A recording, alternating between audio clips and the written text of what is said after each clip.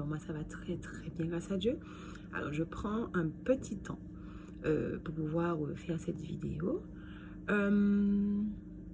J'ai trouvé que c'était un sujet assez intéressant. C'est vrai que beaucoup de plateformes en parlent. Beaucoup de chaînes spirituelles en parlent. C'est un sujet quand même assez fréquent. Partout. Je ne dirais même pas aux Antilles uniquement, mais partout. Et je trouvais intéressant de pouvoir en fait encourager, en parler et partager également mon expérience par rapport à ça.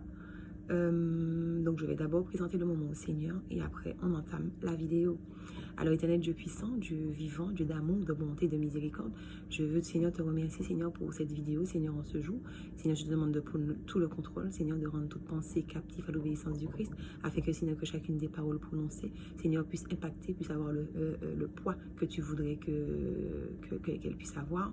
Seigneur que vraiment que tu puisses prendre le contrôle, Seigneur. Ce n'est ni par force ni par puissance que je fais cette vidéo, mais c'est par l'Esprit de l'Éternel. Prends toute ta place, Père. Amen. Je vais vous parler du célibat. On en parle beaucoup, partout. Mais il y a encore des personnes qui souffrent beaucoup de ça. Soit parce qu'en fait, autour de nous, nos amis sont tous mariés. Soit parce que on a un âge pour lequel on peut se dire qu'on doit être marié. Soit parce que tout simplement, on a toujours eu ce désir-là et qu'on ne comprend pas pourquoi en fait d'autres personnes y arrivent et nous, on n'y arrive pas. Alors, il y a deux choses que je tiens à préciser. C'est qu'il y a le mariage que le diable a mis en place. Donc, ces personnes vont se marier relativement vite. Des fois, au bout d'un an de relation, même 6 mois des fois, ces personnes voient que vraiment, elles peuvent se marier. Et puis, il y a d'autres choses, des personnes qui restent célibataires très longtemps et qui ne comprennent pas. Pourtant, l'âge est là, la maturité est là, la stabilité est là et ça ne se fait pas. Alors, il faut savoir que le mariage est une institution divine. Dieu veut que nous puissions nous marier, sauf si on a reçu le don du célibat. Mais on le sait quand on l'a reçu. Les rencontres divines, les personnes qui doivent s'unir, le diable s'y oppose formellement. Il y a un travail en amont à faire par rapport à ça. Alors, je vais parler un peu de ça, mais je vais surtout parler également de comment profiter de sa période de célibat. Quand on est célibataire, on se retrouve seul. Et par moment, ou très fréquemment, on a envie de cette présence près de nous, de partager avec quelqu'un, de connaître des moments d'intimité. Et ça devient une obsession. Ça devient quelque chose qui nous rend malheureuses, qui nous rend tristes, qui nous rend abattus. Sauf que, si vous avez besoin de ces choses pour vous épanouir, ça veut donc dire que vous n'avez pas accepté celle que vous êtes. Vous n'avez pas su profiter de vous et des moments que vous devez prendre pour pouvoir apprendre à vous connaître et pouvoir vous laisser orienter par le Seigneur pour vous transformer. Je vous ai dit que le Seigneur m'a dit qu'il sera mon époux. Ok, mais le Seigneur ne m'a pas demandé de mener quelconque action pour pouvoir le récupérer, l'avoir, tout ce que vous voulez. Il me l'a juste dit. Et au début, c'était très confus dans ma tête parce que j'avais du mal à croire par rapport aux nombreuses situations. Et comme j'étais très dépendante affective, je cherchais à combler un peu ce vide. Le Seigneur a agi par rapport à ça, il a réparé ça. Si tu es dépendante affective, c'est simple. Tu vas sur Internet, tu tapes symptômes, parce que pour moi c'est une pathologie, symptômes de la dépendance affective, tu vas voir si ça entre dans le cadre. Et tu demandes aussi de t'en débarrasser. Parce que premièrement, tu ne seras plus esclave de tes pulsions, tu ne seras plus esclave de tes envies, tu ne seras plus esclave de tes passions. Quand le Seigneur m'a révélé qu'il était mon époux et qu'il m'a bien fait comprendre que c'était lui et qu'il m'a réparé au niveau de cette dépendance, il m'a fait prendre ce temps à part où je n'avais pas de téléphone. Oui, après il m'a dit aucun homme sur ton téléphone. Et je vous avoue qu'aujourd'hui, je ne ressens pas l'envie de discuter avec un homme, d'échanger, d'aller au restaurant, rien. Aujourd'hui, je ressens l'envie de découvrir celle que je suis Et plus j'avance, et plus j'aime ce que je suis. Plus j'aime ce que Dieu fait de moi. Et cette période de célibat est nécessaire, non seulement pour se connaître et pour rectifier, se qualifier, apprendre. Mais c'est une période également où on apprend à connaître Dieu et à entrer dans son appel. L'appel est ce qui va te faire t'épanouir. Dans ton célibat, ce sera ce que Dieu a mis dans ta vie comme destinée qui va te faire t'épanouir. Ce n'est pas ton mari, ce n'est pas tes enfants. C'est ce que tu seras en mesure et en capacité de faire pour que le royaume de Dieu puisse avancer. Il faut que tu sois utile. Et puis, il faut que tu saches ce que Dieu attend de toi en tant qu'épouse. Une épouse a une grande responsabilité dans le foyer. C'est elle qui a la charge de mettre une atmosphère de paix, d'amour, une atmosphère saine. Quand le Seigneur parle de la femme vertueuse, il parle effectivement du respect, de l'honneur, mais il parle également de cette femme qui prie, cette femme qui défend son foyer contre l'ennemi justement qui vient et qui n'est pas d'accord pour les mariages que Dieu a décidé. Cet ennemi-là, il faut que tu le connaisses. Tu ne peux pas entrer dans le mariage sans avoir connu cet ennemi-là. Il faut que tu saches comment tu dois te battre. Il faut que tu saches comment tu dois... faut que tu saches ta position. Et cette période de célibat-là est importante parce que tu as le temps. Quand je parle avec mes amis qui sont mariés, je suis contente de voir leur bonheur. Mais souvent, elles me disent, Vinciane, on n'a pas le temps de faire tout ce que tu fais. Mais c'est normal. Je n'ai pas leur responsabilité. Ma responsabilité, c'est de chercher le royaume de Dieu et sa justice. Ma responsabilité, c'est de faire de l'Éternel mes délices. Et c'est après qu'il me donnera ce que mon cœur désire. Ma responsabilité, c'est d'apprendre à être ce que Dieu veut que je sois. Que ce soit en tant que disciple, que ce soit en tant qu'épouse, que ce soit en tant que mère. Nous ne naissons pas épouse. Nous ne naissons pas mère. Il faut l'apprendre. Je suis sur un poste aujourd'hui. J'ai appris. J'ai fait des études. Donc, je ne suis pas surprise par ce que l'on me demande de faire. Et encore, j'ai à apprendre des choses. Le mariage, c'est pareil. Tu ne peux pas être surprise de ce qui va se passer, surtout que le mariage a plusieurs étapes. Mais là encore, il faut faire des recherches. Et il y aura des choses surprises que tu ne connaîtras pas, mais que tu devras gérer. Mais toutes celles que tu auras déjà apprises, te serviront justement à ne pas être déstabilisé face à la nouveauté. Le fait de pouvoir t'aimer, t'accepter, le fait de pouvoir te supporter ta solitude, te supporter toi, quoi, et être heureuse comme ça, il n'y a pas de plus beau cadeau que Dieu puisse te donner. Vous savez, je suis tellement heureuse en tant que célibataire parce que c'est ma saison. Quand viendra la saison du mariage, je serai heureuse en tant qu'épouse. Je me suis posé la question un jour en disant au Seigneur, mais je me sens tellement bien avec toi. Est-ce que je saurais donner la place à mon époux? Et le Seigneur m'a juste fait comprendre que ce n'est pas la même relation. Lui et moi, on a une relation. Mon époux et moi, on a une relation. Et cette relation avec Dieu ne doit pas se rompre, même après le mariage. Et cette période de célibat sert également à s'enraciner en Christ. Parce que quand on vient se marier, on est amoureuse, on est dans l'émotion, vraiment, voilà. Nos habitudes peuvent changer et on peut très vite s'éloigner de Dieu. Mais quand on a appris à être enraciné, même s'il y a cet homme qui arrive et qu'on va aimer parce que je l'aime passionnément, mais je sais que Dieu a sa place. Parce que si je veux justement que mon mariage fonctionne demain, si je veux justement être cette épouse qui donne la joie à mon mari chaque jour, je dois cultiver ma relation. Mais si je n'ai pas été habituée à cultiver cette relation, comment je pourrais dans le mariage la cultiver? Par moments, les gens vous disent, ben, quand je serai mariée, je ferai ci, ça, ça. Mais moi, quand j'entends des personnes mariées autour de moi me parler, c'est je n'ai pas le temps de faire ci, ça, ça. Tu as de la chance, Vinciane. Alors, je ne sais pas si c'est de la chance, mais je sais que c'est une grande opportunité pour moi de devenir meilleure. Une grande opportunité pour moi d'apprendre à être une épouse de qualité. Et puis, des fois, le Seigneur n'aime pas forcément le mariage parce qu'il ne veut pas que vous puissiez être en échec. Mais si vous avez ce désir-là, apprenez à être une épouse. Ça viendra beaucoup plus rapidement que si vous n'apprenez pas. C'est une grossière erreur que de ne pas apprendre à être une épouse. C'est une grossière erreur de pouvoir penser de pouvoir s'enorgueillir et penser que nous sommes prêtes pour être une épouse. Pendant des années, j'ai pensé ça. Pendant des années, je manquais d'humilité, bien sûr, puisque le Seigneur m'a démontré que je n'étais pas prête du tout. Il a tout déconstruit pour pouvoir reconstruire. Il a envie aujourd'hui de tout déconstruire pour toi et de pouvoir reconstruire. Il a envie que tu sois marié. Ça fait partie du plan de Dieu que nous soyons mariés. Sauf ceux, comme je vous dis, qui ont reçu le don du célibat.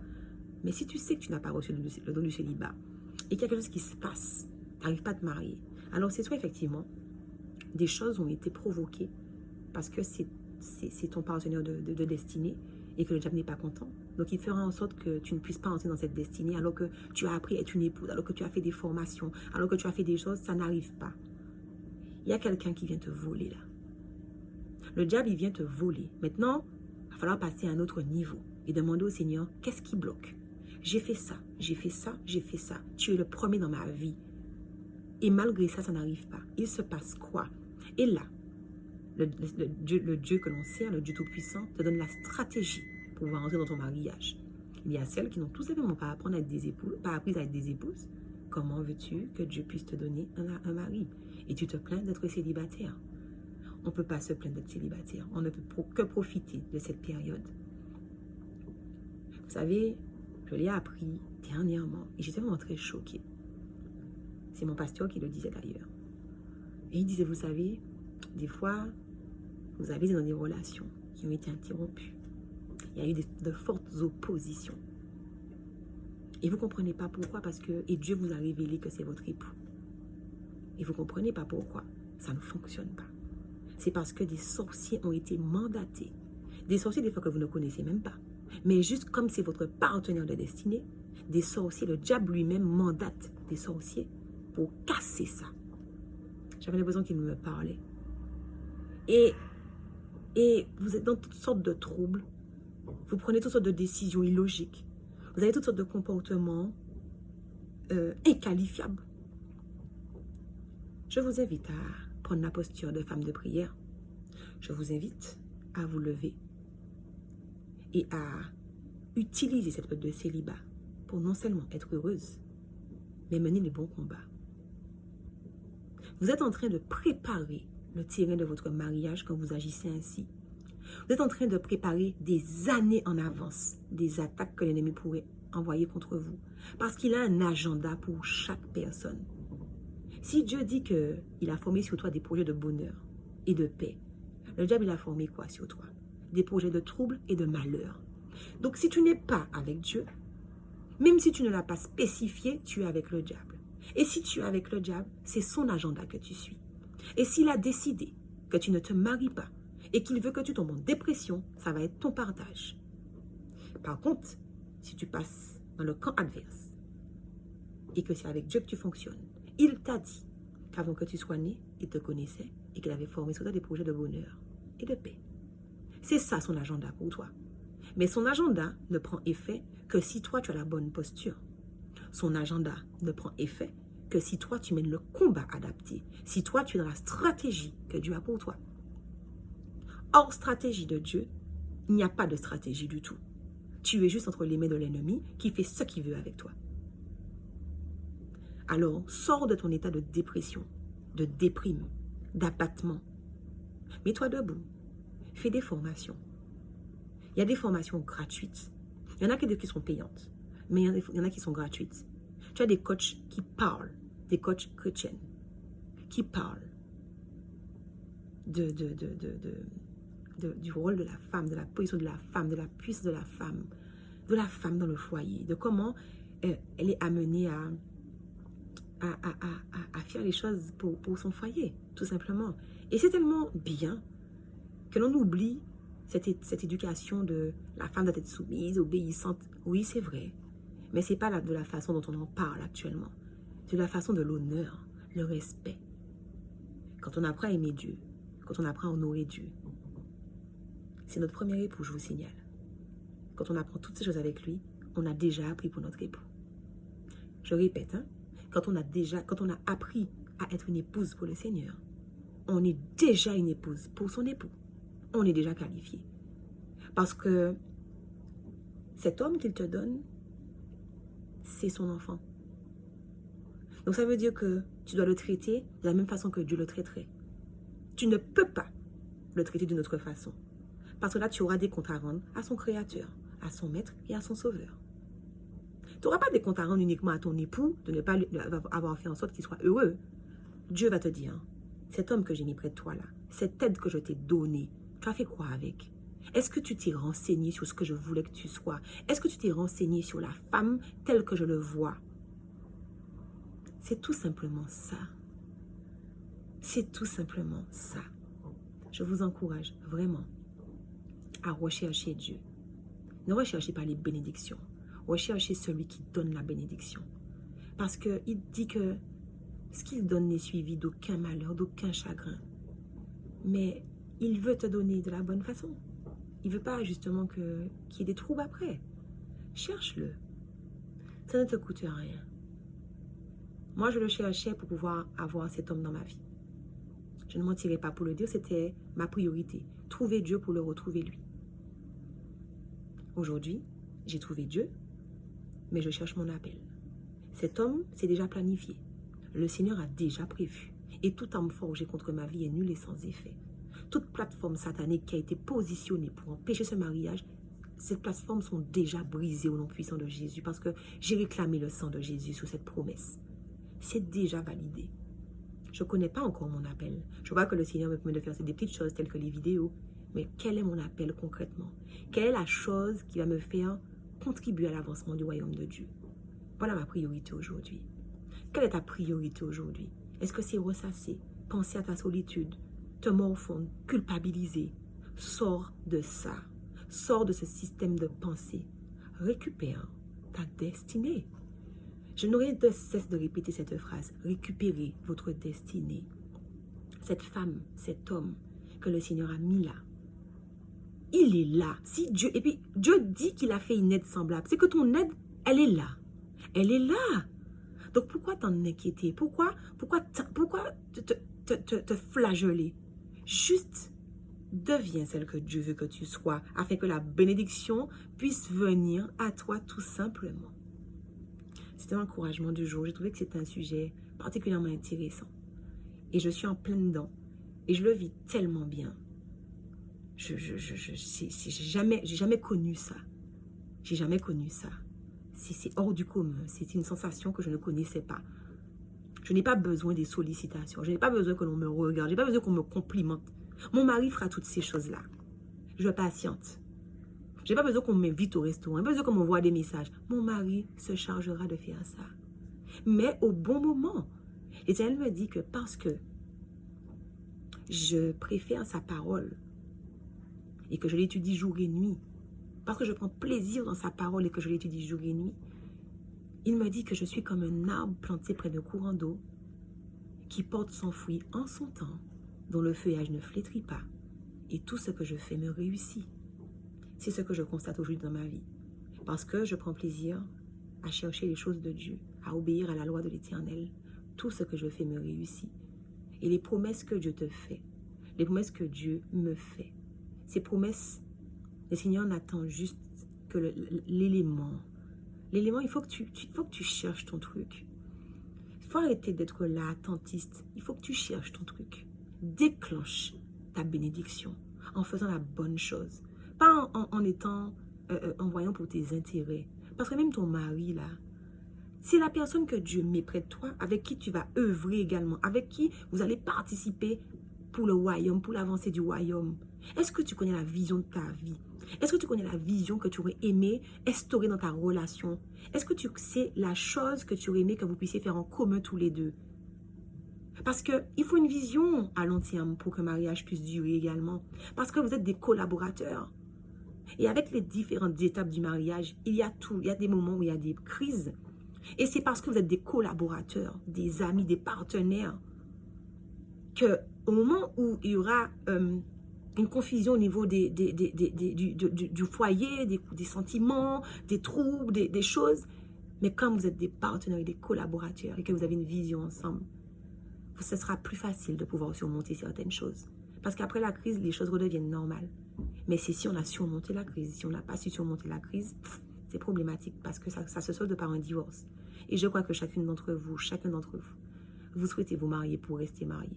Et si vous avez en tête cette pensée de se dire que, mais on peut divorcer, vous n'êtes même pas prêt pour le mariage. Vous n'êtes même pas prêt pour le mariage parce que ce que Dieu lie, il n'y a personne qui le délie. Ce que Dieu unit, il n'y a personne qui le désunit. Alors déjà, si vous avez ce système de pensée, réapprenez. D'accord? Réapprenez ce que le mariage. Parce que ce n'est pas se marier pour se séparer. C'est se marier pour affronter, pour s'aimer et pour endurer ensemble. Et c'est tout. Et chaque épreuve vient pour consolider le couple. Et c'est pareil avec Dieu. Quand il y a des épreuves, quand il nous donne des épreuves, moi en tout cas, chaque épreuve qu'il m'a donnée depuis l'an dernier, ça m'a permis de pouvoir m'enraciner et de l'aimer plus. Donc c'est comme ça. Avec mon époux, je ne verrai pas la facilité de me dire j'arrête. Non, non, non, non, non. Je vais m'enraciner dans ma relation et je vais faire en sorte de faire que ça puisse aller plus loin. Et je vais l'honorer. Je vais me soumettre. Je vais l'aimer. Je vais le respecter. Je vais faire ce que Dieu me demande. Je vais être la femme que Dieu veut que je sois dans ma relation. Mais ça s'apprend. Il faut que tu apprennes. Je te laisse avec ces quelques paroles. 21 minutes. J'ai exagéré. Donc, je vous dis bye bye.